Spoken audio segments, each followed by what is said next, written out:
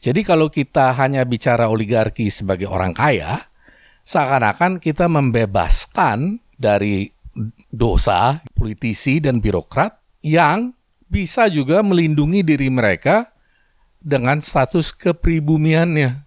Padahal aliansi mereka itulah dengan pengusaha yang menyebabkan penjarahan kekayaan, termasuk kekayaan alam kita untuk kepentingan mereka dan bukan kepentingan masyarakat secara umum.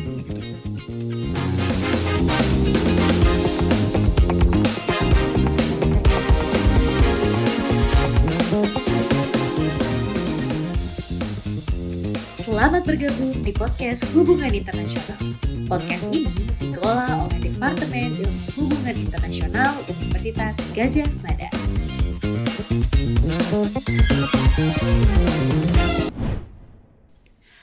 Hai friends, selamat datang kembali di podcast Hubungan Internasional.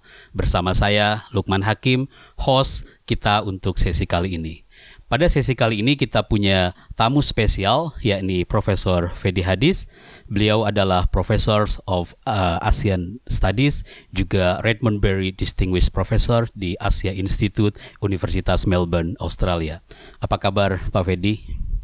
Kabarnya makin gendut.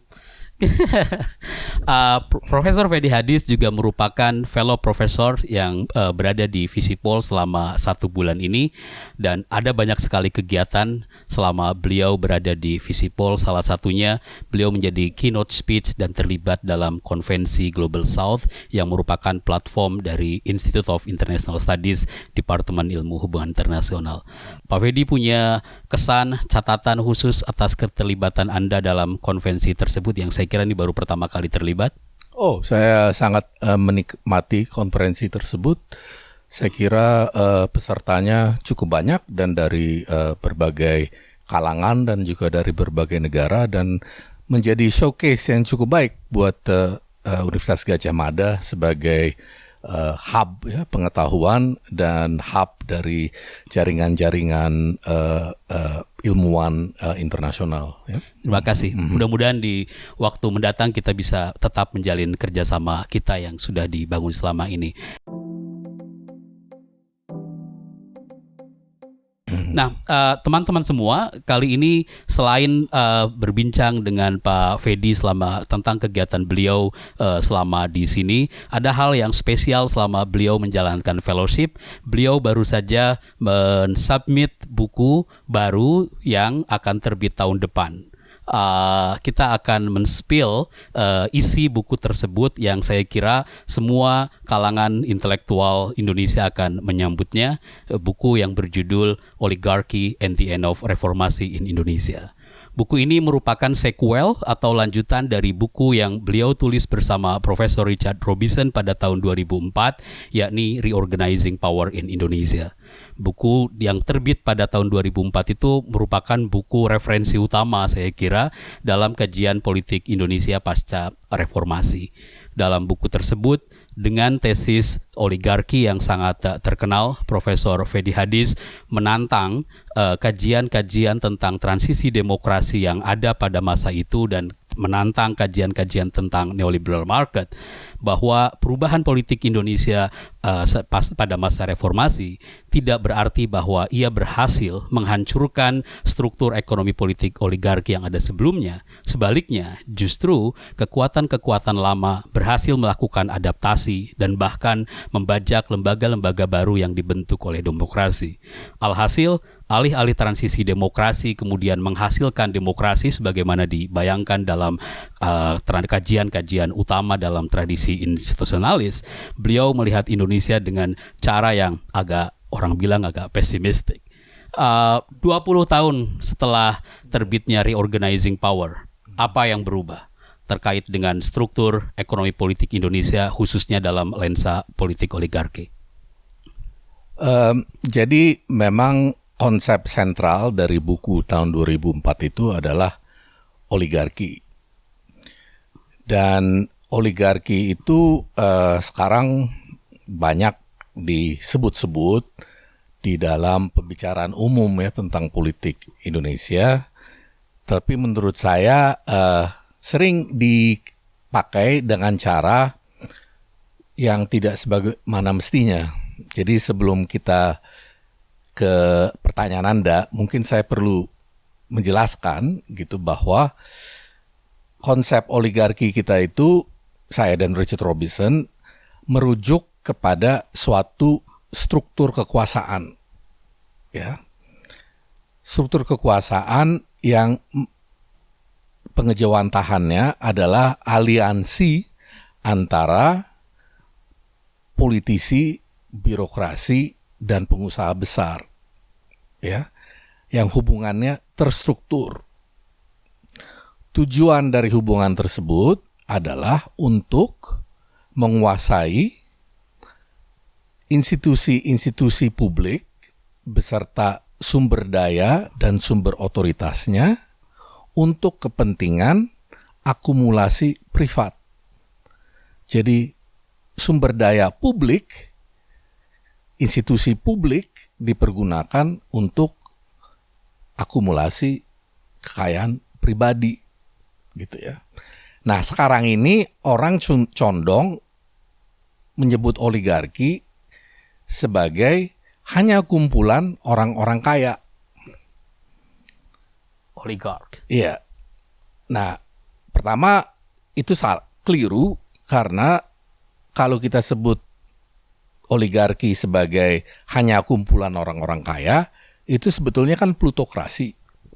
Ya. Oligarki adalah kekuasaan di tangan segelintir orang, tapi basis sosialnya ya bisa beda-beda gitu pertama. Dan hal lain yang agak sebenarnya mengkhawatirkan saya dengan penggunaan oligarki dengan cara yang terlalu sempit tersebut adalah kemungkinan bahwa istilah itu bisa dirasialkan. Apalagi karena pengusaha besar diidentikan dengan etnis Cina. Jadi seakan-akan semua masalah Indonesia itu karena orang kaya yang etnis Cina.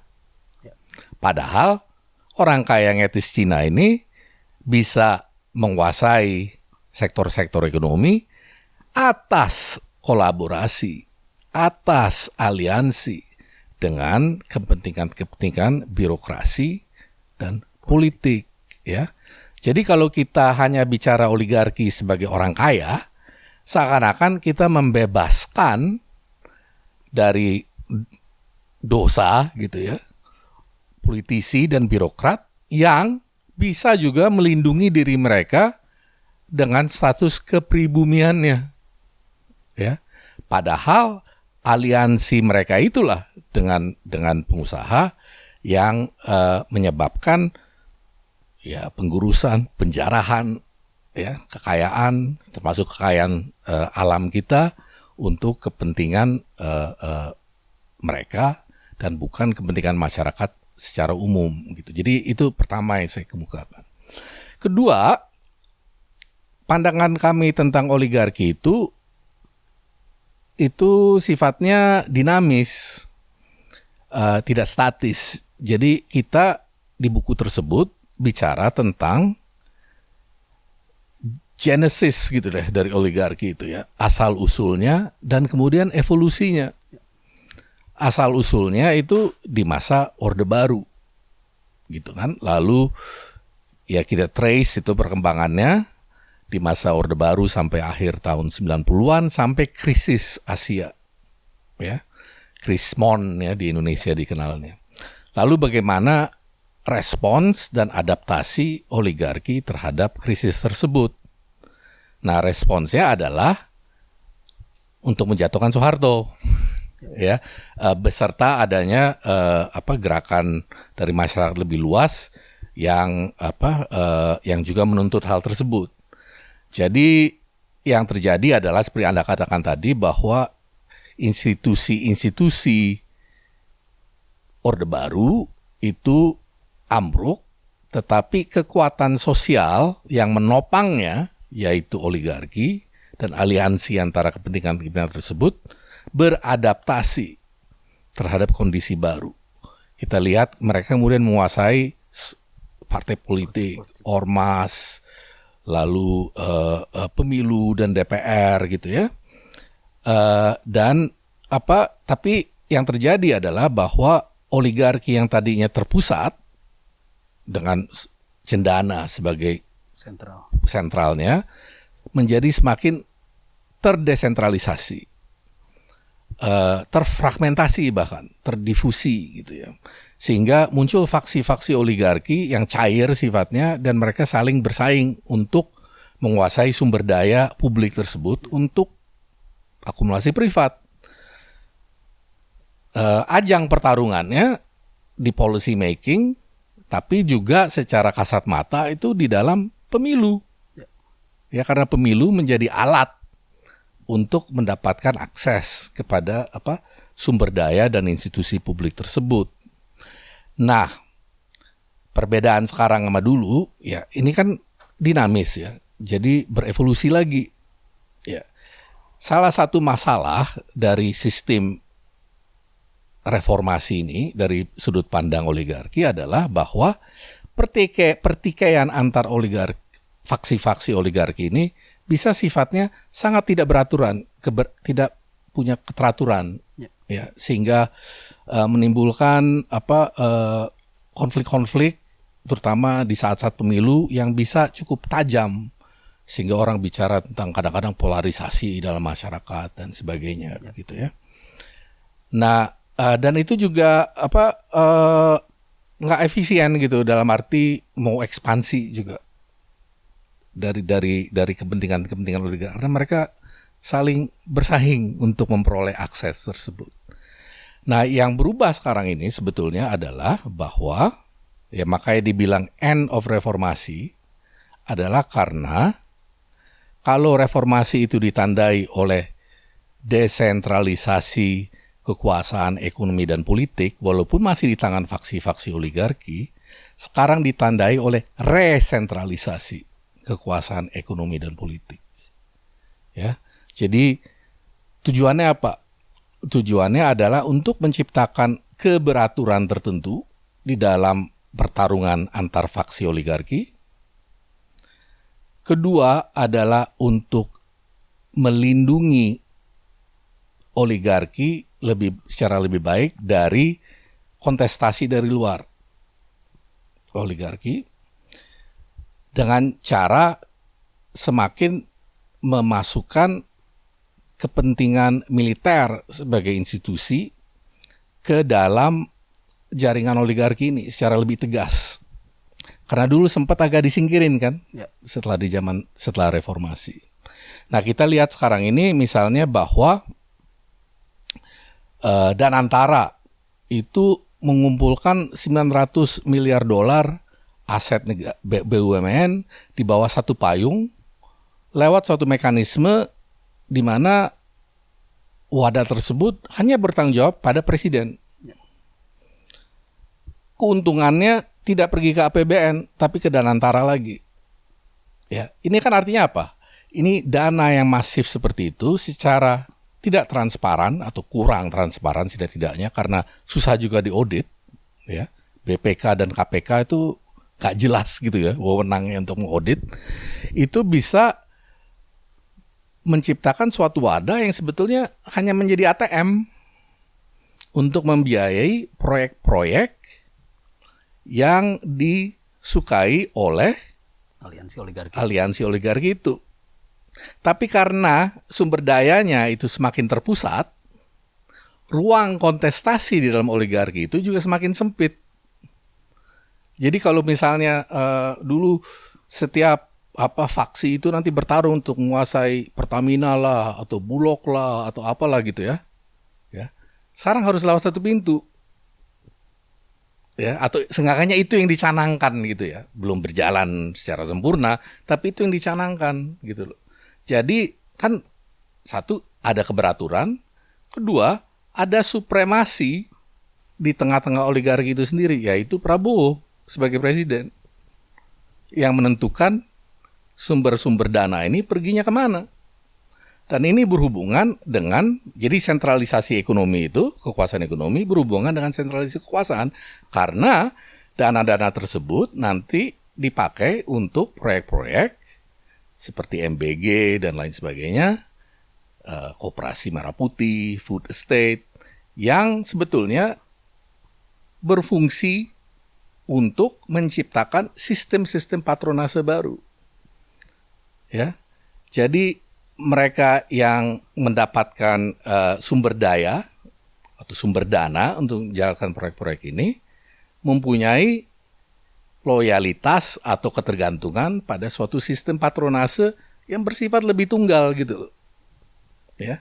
Dan yang penting adalah militer semakin masuk dalam sistem patronase itu karena yang menjalankan MBG, Food Estate segala macam sangat melibatkan militer. Jadi basis material militer itu semakin terintegrasi dengan basis material oligarki secara keseluruhan. Ya.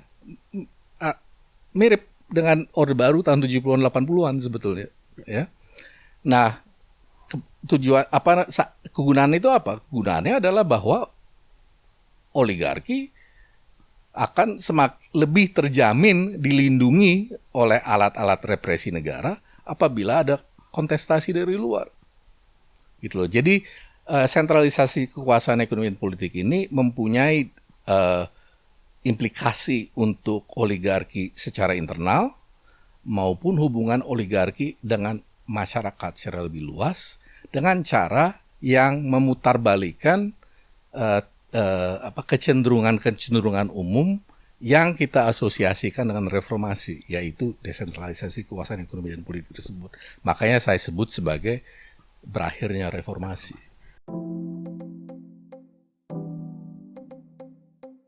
Oke, dua pertanyaan yang muncul dari ulasan yang menarik tadi yang saya kira itu menjadi substansi penting dalam buku baru. Pertama, kalau kita lekatkan dalam time frame karena tadi disampaikan bahwa kita bicara tentang transformasi dan evolusi oligarkis tadi disebut dari terkonsolidasi lalu fragmentasi dan sekarang resentralisasi. Kalau kita masukkan dalam time frame sejak 2004 SBY 2 periode, Jokowi periode dan sekarang Prabowo, kira-kira momen-momen ruptur penting apa yang membuat transformasi itu terjadi. Yang kedua, konsolidasi oligarki dalam konteks demokratisasi kan sebetulnya tidak unik Indonesia. Di tempat-tempat yang lain saya kira pemerintah negara juga berhadapan dengan struktur kekuasaan yang kurang lebih sama. Apa yang membuat konsolidasi oligarki di Indonesia relatif khas dibanding misalnya di tempat yang lain? Oke. Menurut saya kita bisa bagi reformasi itu ke dalam 3 fase walaupun tidak secara tegas karena dia overlapping juga ya. Menurut saya fase pertama itu cuma bertahan beberapa tahun. Yaitu fase di mana oligarki itu berusaha untuk menyelamatkan dirinya dari ambruknya Orde Baru. Ya. Jadi itu fase di mana dibikin undang-undang politik baru, undang-undang keormasan baru, bahkan amandemen terhadap konstitusi. Ya. Jadi itu institusi baru dibangun gitu untuk menyelamatkan diri dari ambruknya Orde Baru. Gitu ya. Nah itu mungkin bertahan cuma sampai kira-kira tahun 2001-an gitu ya. Gus Dur lah ya. Ya kurang lebih gitulah gitu ya. Walaupun saya bilang kan ini nggak NIT ya karena 2003 kalau nggak salah 2003 itu KPK dibentuk ya. Nah tapi kurang lebih antara 2001-an gitu ya sampai kira-kira mungkin naiknya Jokowi atau beberapa tahun setelah naiknya Jokowi itu bisa disebut sebagai masa di mana ciri-ciri dari reformasi sebagaimana saya jelaskan tadi itu paling kentara ya di mana desentralisasi ya termasuk desentralisasi sampai ke daerah-daerah gitu kan kekuasaan gitu ya dan reformasi betul-betul sebagai kontestasi antara faksi oligarki gitu ya. Nah sedikit banyak ini mulai berubah di bawah Jokowi di mana benih-benih dari proses resentralisasi ini sudah dimulai. Kita bisa lihat misalnya PSN ya, proyek strategis nasional itu dimulai oleh dia. Ya. Itu kan merupakan suatu skema di mana institusi-institusi pusat itu yang mengelola dan menguasai gitu proyek-proyek dengan cara praktis mengabaikan koalisi-koalisi kekuasaan di tingkat lokal. Ya. Beserta itu juga sebetulnya protokol-protokol perlindungan lingkungan hidup itu juga berkurang gitu ya, diabaikan. Lalu hak-hak masyarakat lokal juga berkurang karena mereka tidak diperbolehkan untuk memprotes gitu ya proyek-proyek yang dilabel sebagai strategi secara nasional. Dia juga yang memulai remiliterisasi ya dengan melibatkan militer dalam proyek-proyek infrastruktur gitu. Nah, tapi jadi boleh dikatakan bahwa mungkin Jokowi melapangkan jalan buat akselerasi resentralisasi kekuasaan dan ekonomi yang dilakukan di bawah Prabowo sekarang. Ya. Jadi apa yang dilakukan Prabowo ini lebih mudah karena sudah ada presidennya, termasuk hal-hal seperti sekarang ini penangkapan aktivis gitu ya.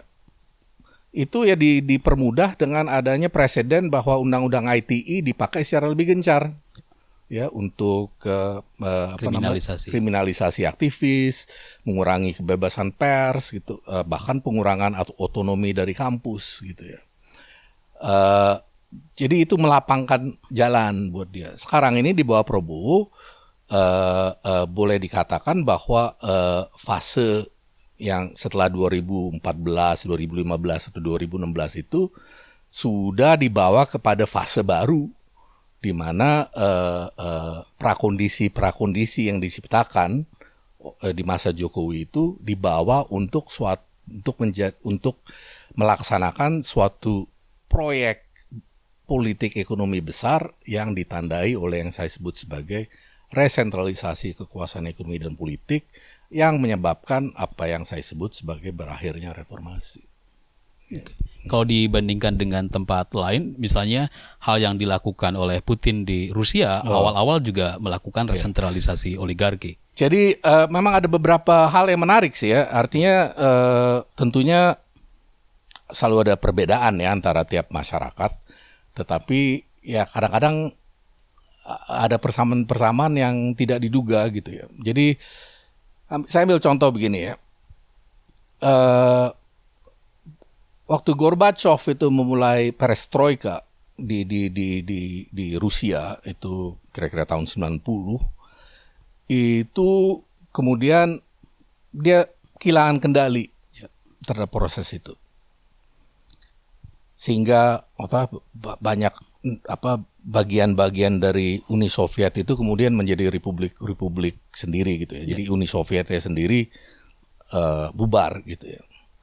Yang terjadi setelah itu adalah bahwa dengan dukungan dari IMF, dengan dukungan dari Harvard Institute of International Development-nya Jeffrey Sachs, dimulai suatu program reformasi ekonomi di Rusia.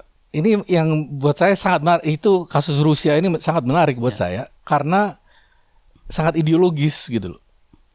Ya, Jeffrey Sachs itu merasa bahwa semua institusi-institusi Uni Soviet itu mesti dibubarkan secepat mungkin dan digantikan oleh institusi-institusi ekonomi pasar.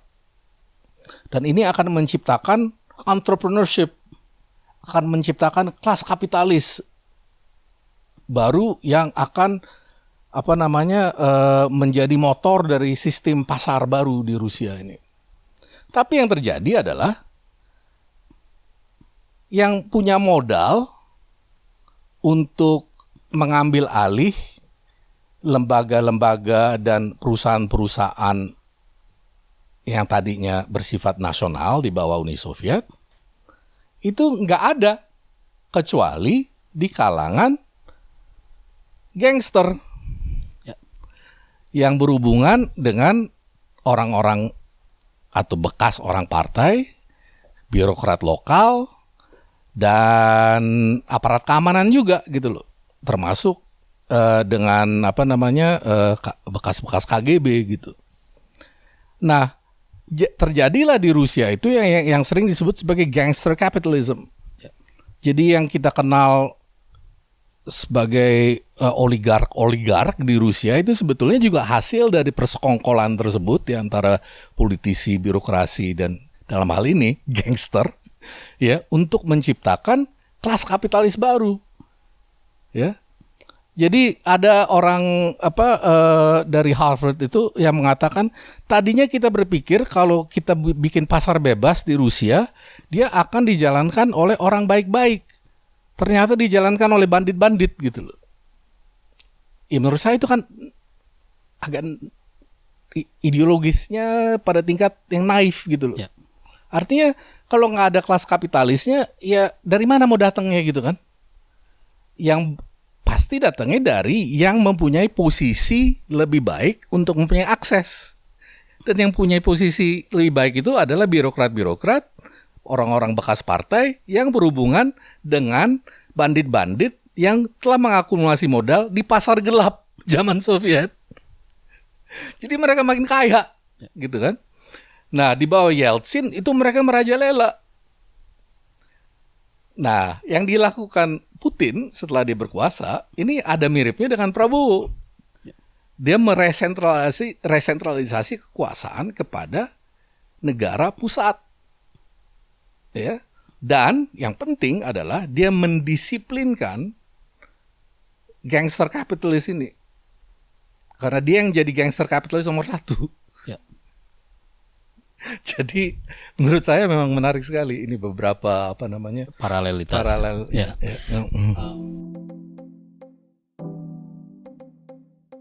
Hal yang juga menarik misalnya karena buku ini kan terbit di tengah perdebatan lah ya tentang dalam studi tentang politik, tentang istilahnya orang dengan tesis tentang krisis demokrasi macam-macam.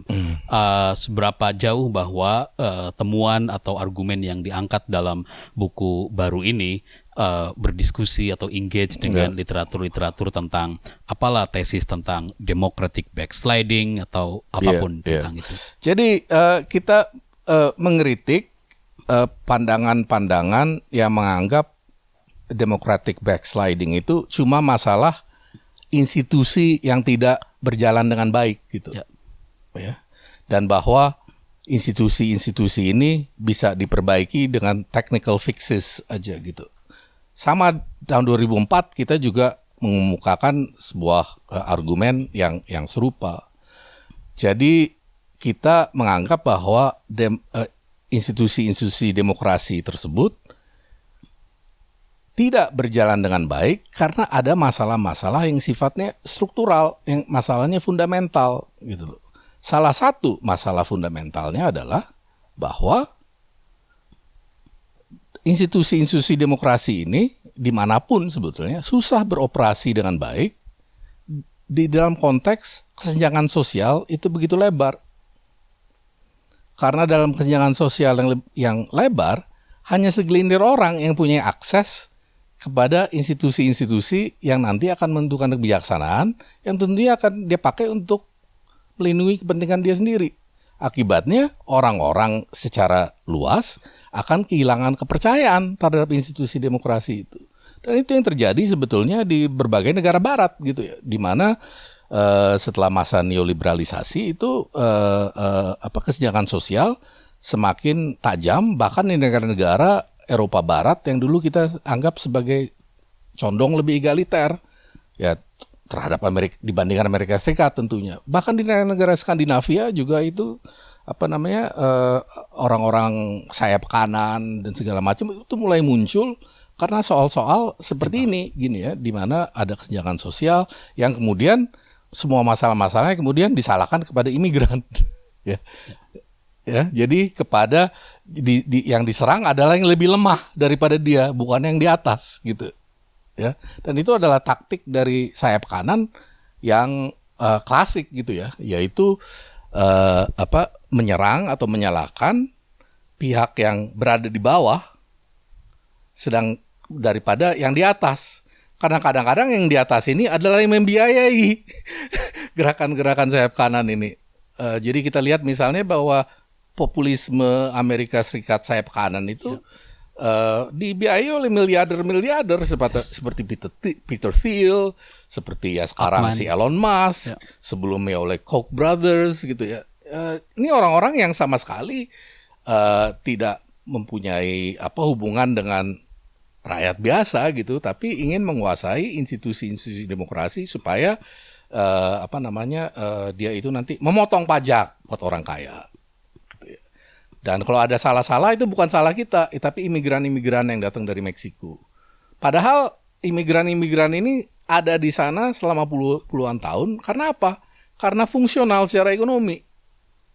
Bisa dibayar dengan upah yang sangat rendah dan pengusaha-pengusaha kecil dan pengelola ternak dan tani gitu ya bisa memakai tenaga kerja ini dengan murah gitu ya. Kalau nggak fungsional mereka kan hilang dari dulu-dulu gitu loh. Dan kenapa mereka banyak sebetulnya adalah karena jalan untuk menjadi legal ya itu dipersulit justru sebetulnya.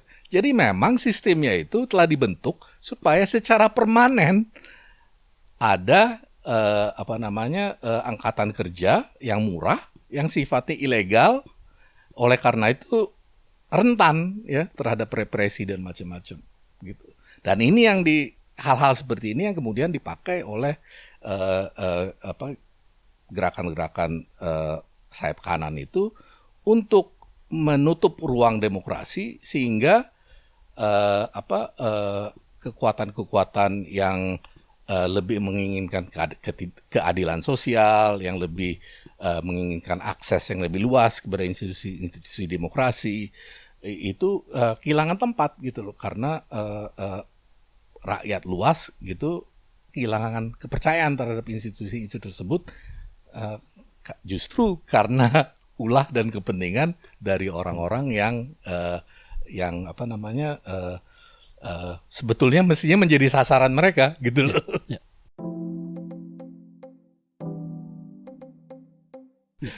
Terakhir dari buku baru ini apa pesan penting dari Pak Fedy dan kira-kira apa implikasi politik dari membaca Indonesia dalam lensa ini?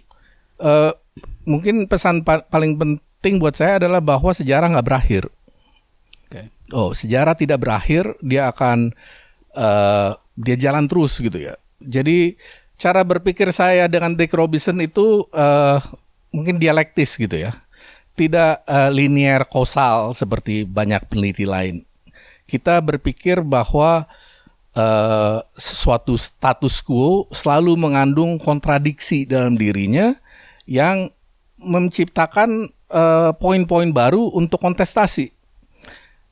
Dan proyek resentralisasi ekonomi dan politik ini menciptakan flashpoint baru yang mungkin tidak dimaksudkan untuk ada oleh para pengelolanya. Misalnya konflik antara pemerintah pusat dengan maklar-maklar di daerah yang telah makmur dengan adanya desentralisasi itu bisa aja terjadi.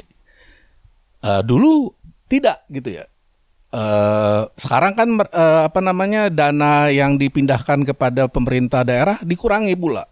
Ya, akibatnya ya mungkin nanti rakyat akan dibebani oleh pajak-pajak baru. Muncul nanti resistensi baru dari rakyat. Ya, karena mereka merasa semakin dipojokkan. Proyek-proyek hilirisasi yang juga berdasarkan sentralisasi kekuasaan ekonomi dan politik ini menciptakan flashpoint baru juga. Karena dislokasi sosial yang disebabkannya, perusakan lingkungan yang disebabkannya. Remilitarisasi itu bisa menyebabkan konflik antara militer dan penguasa sipil. Karena penguasa sipil sudah terbiasa untuk menikmati hasil penjaraan ekonomi sendiri. Dan militer sekarang mungkin akan meminta lebih banyak hasil dari penjaraan tersebut. Banyak sekali ya di aspek fiskal gitu ya, itu proyek-proyek ini sebetulnya tidak bisa didanai gitu ya, sehingga diperlukan hal-hal seperti penggelontoran 200 triliun rupiah kepada 5 bank tersebut, padahal tidak ada keperluan dari segi likuiditas kredit yang tersedia, katanya untuk stimulasi ekonomi, tapi saya duga sih itu untuk dialirkan kepada proyek-proyek yang diinginkan oleh penguasa. Ini semua kan flashpoint, ini semua kontradiksi gitu ya. Dan menurut saya gerakan reforma yang mau tetap berusaha mempertahankan impuls reformasi itu, tetap mau men-challenge oligarki itu, mesti memahami bahwa ada flashpoint baru sekarang ini, sehingga bisa memikirkan cara menanggapinya yang tidak didasarkan oleh asumsi bahwa kita masih di era reformasi loh gitu. Kita di era baru, di era di mana ada sentralisasi kekuasaan ekonomi dan politik yang menyebabkan kontradiksi-kontradiksi baru yang mungkin saja menciptakan peluang-peluang baru. Terima kasih Pak Fedi yang sudah berbagi kepada kita tentang substansi dari buku yang insya Allah akan terbit awal tahun depan. Kami menanti untuk mendapatkan kopi buku tersebut dan menjadi bahan untuk diskusi dalam konteks politik Indonesia. Terima kasih setelah meluangkan waktu untuk sesi podcast kita kali ini dan juga menjadi Profesor Fellowship di Visipol Universitas Gadjah Mada. Ya. Oke, terima kasih juga sama-sama.